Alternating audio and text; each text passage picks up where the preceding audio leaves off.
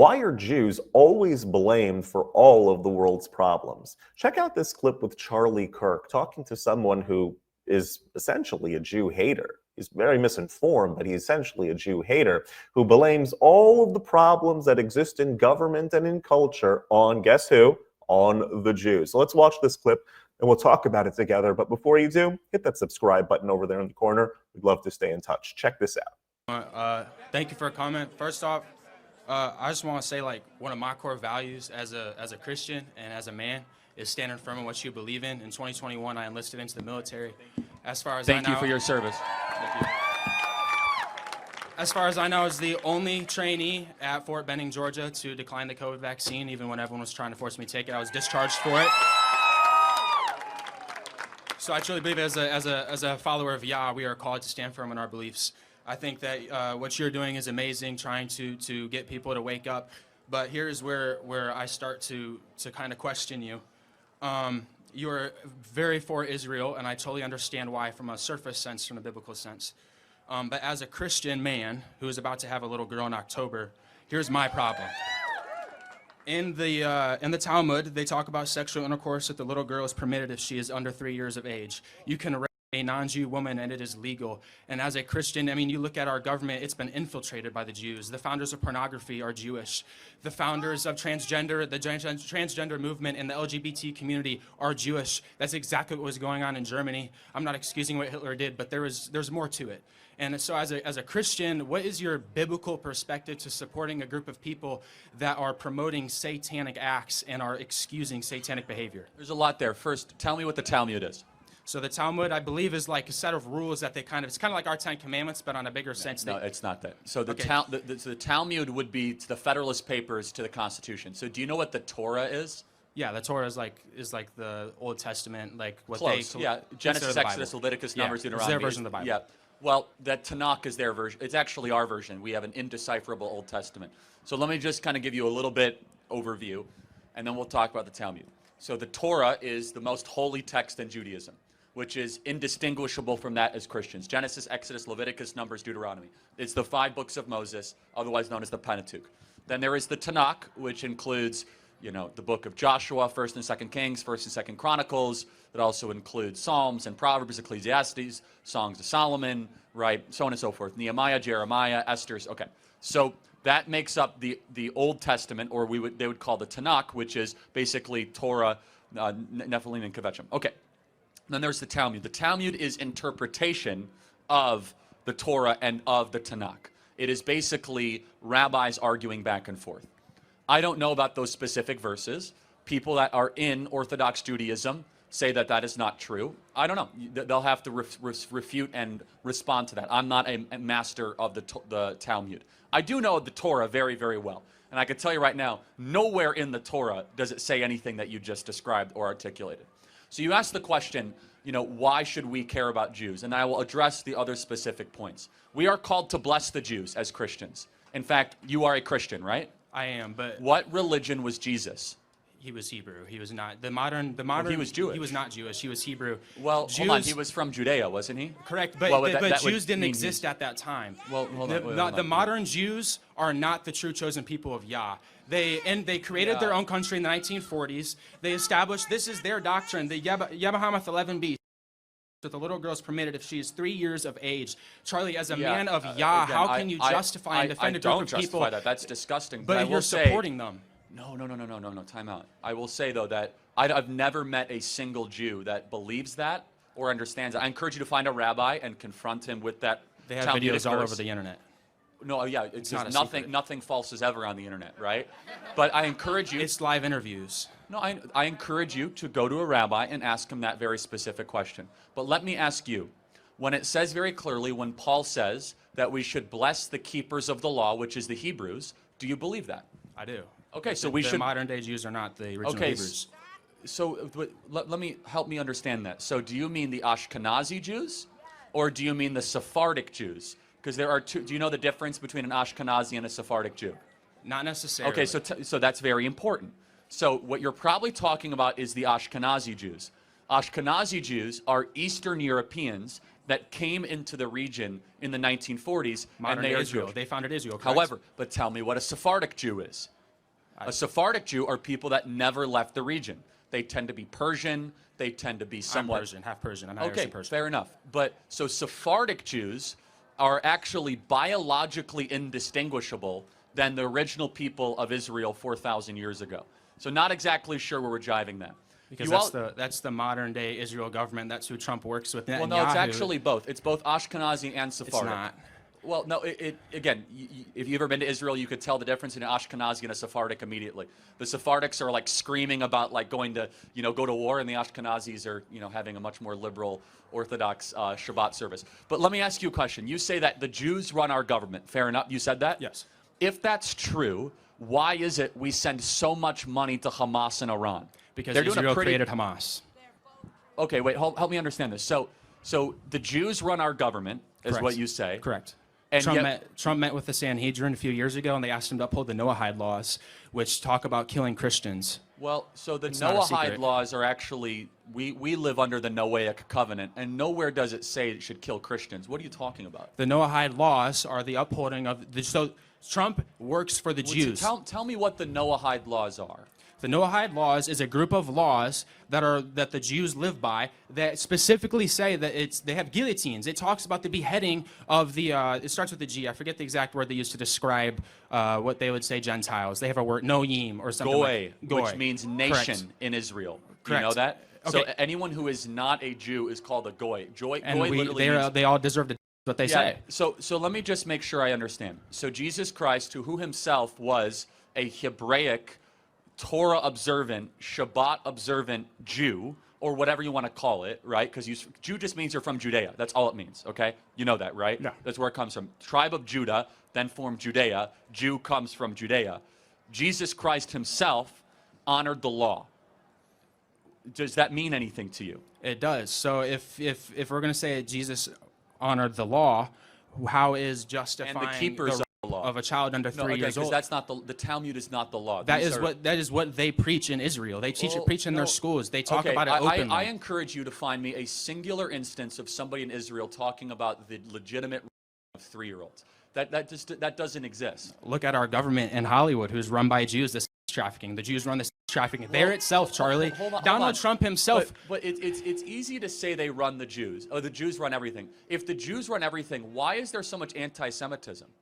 Because anti-Semitism is a construct created by the New World Order agenda that is being pushed onto us.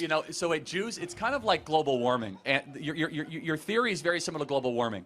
If it gets warmer, it's global warming. If it gets cooler, it's global warming. If there's anti-Semitism, it's the Jews. If there's no anti-Semitism, it's the Jews. We send money to Hamas, it's the Jews. We send money to Israel, it's the Jews. So at some point, you have to tell me, like, they basically control everything, whether it hurts them or it helps them.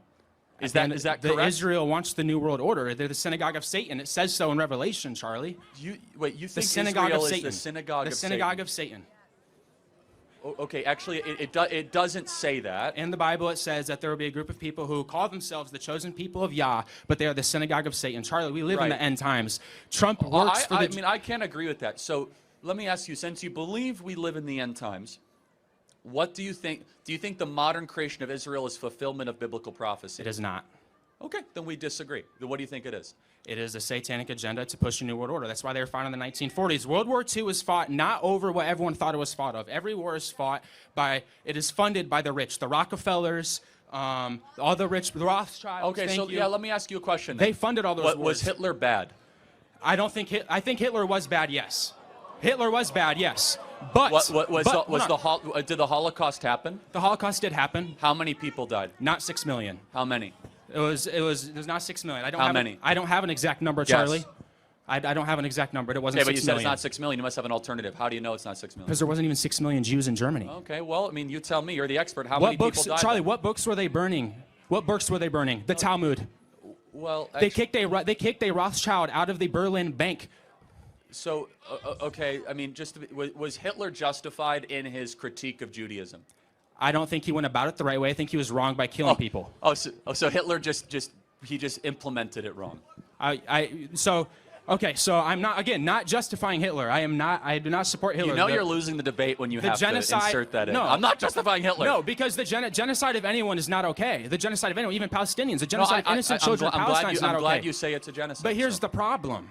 Here's the problem. The reason why Jews have been run out of 109 countries throughout history is because every time they get into a country, they try and take it over. In Nazi Germany, again, they are having transgender surgeries, underground transgender surgeries. They were promoting homosexuality in schools.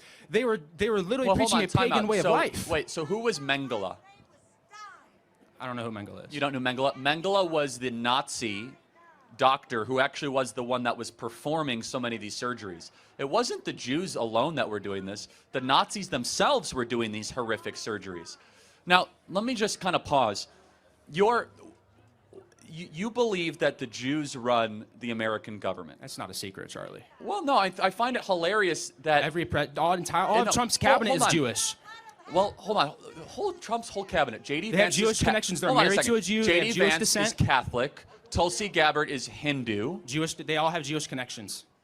But you just every single person is all Jewish. Christine Noem is an evangelical They've converted to Judaism or Catholicism. They all have an AIPAC advisor. Not a single person in Congress can make a decision without asking their Israeli Jewish AIPAC advisor if it's okay to say. The entire list. Israel did 9/11, Charlie. Oh, they did. Wow. Why are we in the middle? I served. Why were we in the Middle East? Well, I mean, you can, why were we in the Middle East? You can reject involvement in the Middle East without also believing Israel did 9/11. So if Israel did 9/11, help me understand this. Who were the hijackers of the planes? They weren't hijackers. Oh, CIA and Israel worked together. No. Explain to me what happened on the aircraft. Okay, first off, what we have to understand, there's only one plane that actually crashed. No, okay, there were three. No, the building's imploded. Okay, if a plane's going to hit a building, why would the building fall down? Time out. Flight 93, did it exist? Flight 93 existed, yes. Okay, so who tried to hijack that plane? They sacrificed those people to make it look like Bush was targeted because they wanted to cover up Bush's involvement. He just happened to be in Texas reading a book to elementary kids, and they were reading a sign on a whiteboard that talked about towers falling, Charlie. Anti-Semitism. We have been lied to since the beginning of this country. Jews, Freemasons, all of it's a satanic agenda. Israel is the synagogue of Satan. They're killing innocent people in Palestine over the guise of sovereignty. New World Order is coming, Charlie. Guys, let me tell you. Anti-Semitism is literally a brain cancer, as you could see. How is this anti-Semitic, Charlie? Well, how is it anti-Semitic? How is it anti-Semitic? How am I hating on Jews when I'm saying that they... you keep interrupting me. Israel did 9/11 is a rather anti-Semitic thing to say. Explain to me Flight 93 and the families aboard that lost their loved ones. Who actually was the hijacker? Was it a Mossad agent? No. Okay, who was it? The government put them there. No, who was it? They crashed a plane intentionally to make it look like George W. Bush was targeted. Who was the hijacker? No, this is important. They can never answer this question. Who was the hijacker? They didn't have real hijackers, Charlie. They were plants. Okay. So when they were plants, CIA, Mossad created So when Hamas. they got the black box, of course, it was all just like a conspiracy. Just like they found the passport miraculously 2 miles down from the crash site in I'm sorry, New York. What? They just happened to find one of the hijackers' passports laying on the ground 2 miles away from the crash site in New York. It just happened to be there. They just walked up and found it. They just randomly happened to find a perfectly good passport. With that piece Look of it data. up. Look up the passport. Look, here, there's so much wrong with your worldview, but the biggest problem with your worldview is this, is that you are looking to other people to blame for all of our problems, especially a small group of people, albeit flawed. Every group is flawed. I'm not going to defend everything that every group has ever done, but I find it to be rather insidious and very treacherous, because you're going out of your way to try to create this big web of connections, and it's the Jews, and it's the Jews, and it's the Jews, and why are people overweight? Well, it's because of the Jews, and why are people sad? Because it's the Jews. I never said that. No, you're heavily inferring that every problem imaginable is the Jews. I did not say every problem. Well, I mean, he basically did, everybody, right? The problems within government. The problems within government, yes. But it does beg the question, though, which is that your obsession with this group of people is so unhealthy. And it's not merited, in fact. It's a passion for the truth. Well, I would say, the people that control our government, the people who control our government. Pedophiles, Satanists. Okay, I actually think the people who control our government are secular leftist Marxists in the deep state. They're not exactly the Jews, but they're people that want to overturn Donald Trump being able to deport illegal aliens in this country. I think the people actually controlling our country are not the Jews. Actually, it's a combination of people that want to see the United States of America cripple and fall and keep open Jews. borders and mass inflation. The Jews. Yeah, exactly. It's your answer to everything. Charlie, it's the New World Order. It's in Scripture. Well, again, I read the same scripture you do. You're heavily inferring and reading into Daniel and Ezekiel Because and the Old into Testament Revelation. still applies.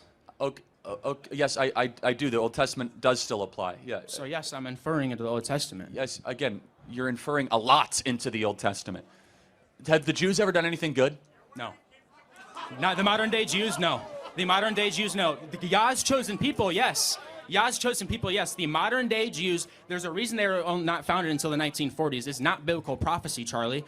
There's a new world order coming. Trump and Elon are pushing it. They're controlled by the Jews. All they do is worship the Jews. Trump pulled Netanyahu's seat out for him. Anti-Semitism is literally a brain rot that stops your ability to think independently, and you start blaming everything on a very small group of people. And let me say, that has no place in decent society, even saying, well, Hitler wasn't wrong about everything. Yeah, okay. Next question. Oh, yeah. There's so much to unpack over here. Charlie Kirk is very patient with these people that he talks with. And the truth is that this guy is probably just very uninformed. I'm sure he means well. He's just very, very, very ignorant and probably got down the rabbit hole of some bad and false internet sites.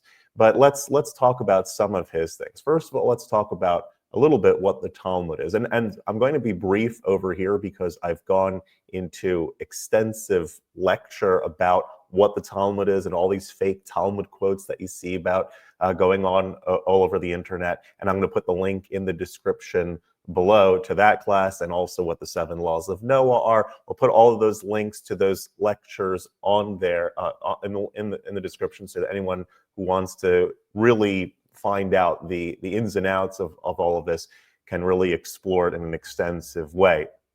But just to be brief over here, the Talmud is the oral tradition that accompanies the laws of the Torah. So the Torah contains within it 613 commandments. Many of the ways in which, when many of those laws that are obligatory on the Jewish community, many of those laws are written in a very vague fashion in the actual Bible text. And so the Talmud, the oral tradition, actually goes through what the intricacies of that law is. How does one perform that? So, for example, in the book of Deuteronomy, chapter 6, verse 8, it says, bind these words as a sign upon your arm, and they should be a reminder between your eyes, or they should be totophos in the Hebrew. They should be totophos between your eyes. Well, the oral tradition discusses what's supposed to be tied to your arm, what words are supposed to be tied to your arm, what are totophos, what are these things, how does one fulfill this commandment? Now, another example of this would be in Deuteronomy chapter 12, verse 21, where the Bible is telling us how is one supposed to eat the food. If you want to eat meat, you have to slaughter it a certain way. And it says over there, slaughter from your herd, from your flock, as I have commanded you. Well, if you look through the entire Hebrew Bible from beginning to end, you won't find the details of how a person is supposed to slaughter. All of the intricacies of the laws of how you do things are contained in the oral tradition. You literally find this across the board in essentially every commandment in the Torah. It's very difficult to fulfill a commandment if it's written in a vague sort of way. So another, observe the Sabbath, right? Don't do work on the Sabbath. Well, the punishment that's written in the Hebrew Bible of violating the Sabbath is the death penalty if a person has proper witnesses and whatnot. But the Torah, the Hebrew Bible, also doesn't go into any detail as to what is considered work. So on the one hand, if you do work, you're potentially liable to the death penalty, but it doesn't go into any sort of detail as to what labors are forbidden. And all of that, all of the intricacies of how to perform all of the commandments of the Torah are preserved in the oral tradition.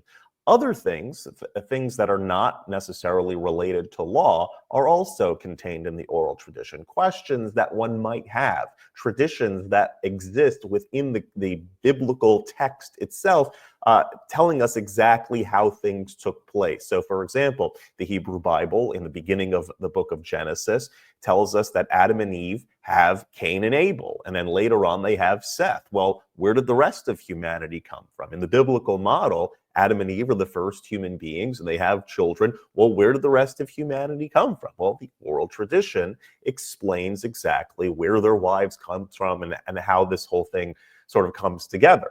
It goes into all of the details of what each of the plagues looked like and how exactly God showed himself in the miracles of the Exodus. All of these ideas, whether we're talking about the intricacies of the legal system, or we're talking about stories and different accounts from the biblical text that are not clear in the biblical text, all of this is preserved in the oral tradition. It's kind of like if a person goes to a college class, there's the lecture, and then there's the outline that the teacher hands out. Well, they both kind of go together, but they're meant to go together. And one is probably indistinguishable. The outline is sort of indistinguishable exactly what was meant in the outline you can't decipher it without the actual lecture, having heard the lecture.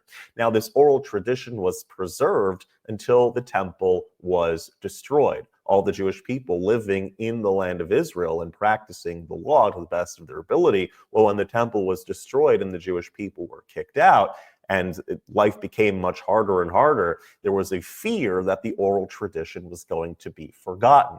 And so the rabbis of the time decided we're going to write down the discussions that they were having about the oral law so it would be preserved. In the same way that your math teacher, your algebra teacher may tell you, show your work on the test to know exactly what your line of thought was to get from problem to solution. And that is what is contained in the Talmud. The Talmud was written in both Babylonia and Jerusalem. And I give the details, the whole layout of all of this kind of stuff in the link below, the two links below. And so these quotes that all of these online anti-Semites think that they just newly discovered, that nobody ever knew about these fake quotes from the Talmud, or I should say heavily distorted quotes from the Talmud, and they think that they just discovered something new that no one's ever known about. These are literally been the same quotes taken out of context for centuries that have caused issues in the past. And they've been refuted not only by rabbinic authorities, but they've actually been refuted by Christian clergy as well. Again, I go through all of the details in the link below. Feel free to check it out if you truly are curious to learn about this whole thing. As far as the Noahide laws are a system of civil living that undergird, or they're a bedrock of having a civilization. So the 7 laws are actually as follows: to not worship idols, to not blaspheme, not to curse God, not to steal, not to murder, not to commit sexual immorality, not to be not to eat the limb of a living animal. In other words, be kind to animals. And the 7th is to establish courts of justice that uphold the other 6. This is what undergirds a civil society. And the truth is that the religions of the world today are very different than the pagan world in which the Talmud was written and in which the Bible was written.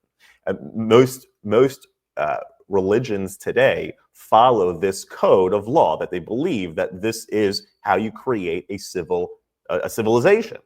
And so the vast majority of human beings by default these days are observing, at least in spirit, the 7 laws of Noah. Again, these are just basic rules of morality to create a civil society. There's no Sanhedrin today that this gentleman was talking about that met with Trump and they were going to institute Noahide law. And there's just nothing like that. There is no Sanhedrin today. It doesn't exist.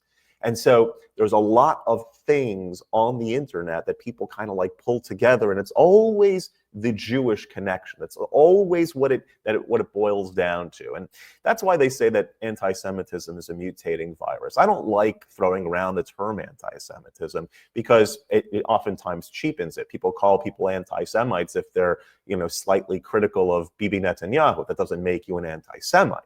However, anti-Semitism being a mutating virus means that anytime, any problem, anything that's going on is always on the Jews. If the Jews are too rich, they're hated because they're rich. If the Jews are poor, they're leeches on society. If the Jews are the communists, right? If the society is communist, the Jews are hated because they're capitalists. If the society is capitalist, the Jews are hated because they're communists. There's always a route, and all hatred and all problems in the world ultimately lead up the same mountain to the Jews. It always points to the same place, to the Jews, and that's how those sort of internet theories go. As far as what he's talking about is Jews running Hollywood and Jews in the media and pornography and all of these sorts of things. And then he bases it on that Jews, clearly because they learned the Talmud, and the Talmud is satanic and so forth, that they must be the reason that Jeffrey Epstein and Harvey Weinstein and Bernie Madoff and George Soros and all of these Jewish people are doing all the things that they did is because of the Talmud, and they following the Talmud. I would highly doubt if any of those figures that we just described have ever learned Talmud at all. Remember, Talmud is a religious document. It's something that people that are very devout in their study of Judaism and their observance of Judaism are the ones that are typically studying. Secular Jews who are born to Jewish families and have the name Jew on them but have never studied Judaism in depth are certainly not guiding their lives according to Talmudic wisdom. That's just not what's going on over here. And so it is interesting that everything can always be attributed to the Jews. And I think that this young man is probably just ignorant of all these things. He seems like he's trying to live a good life. He served in the military. He's having a child. He's having a baby. He wants his child to live in a good and upright world. I think he's just very confused as to who the cause of all of the world's problems are. And that mistake is something, unfortunately, that's been going on for a number of centuries, and something that, God willing, should be fixed somehow, only through education and through discussion, through dialogue, not just reading random internet websites or whatnot that paint everything in this particular way. Again, I'd highly recommend that you check out the links below, so that go through extensively what the Talmud is and all of those quotes in an extensive sort of way, that go through the Noahide laws and what they're all about in an extensive way. And if you're open to it, the education is available. So if you like this content overall, hit that subscribe button over there in the corner. We'd love to stay in touch. Take care.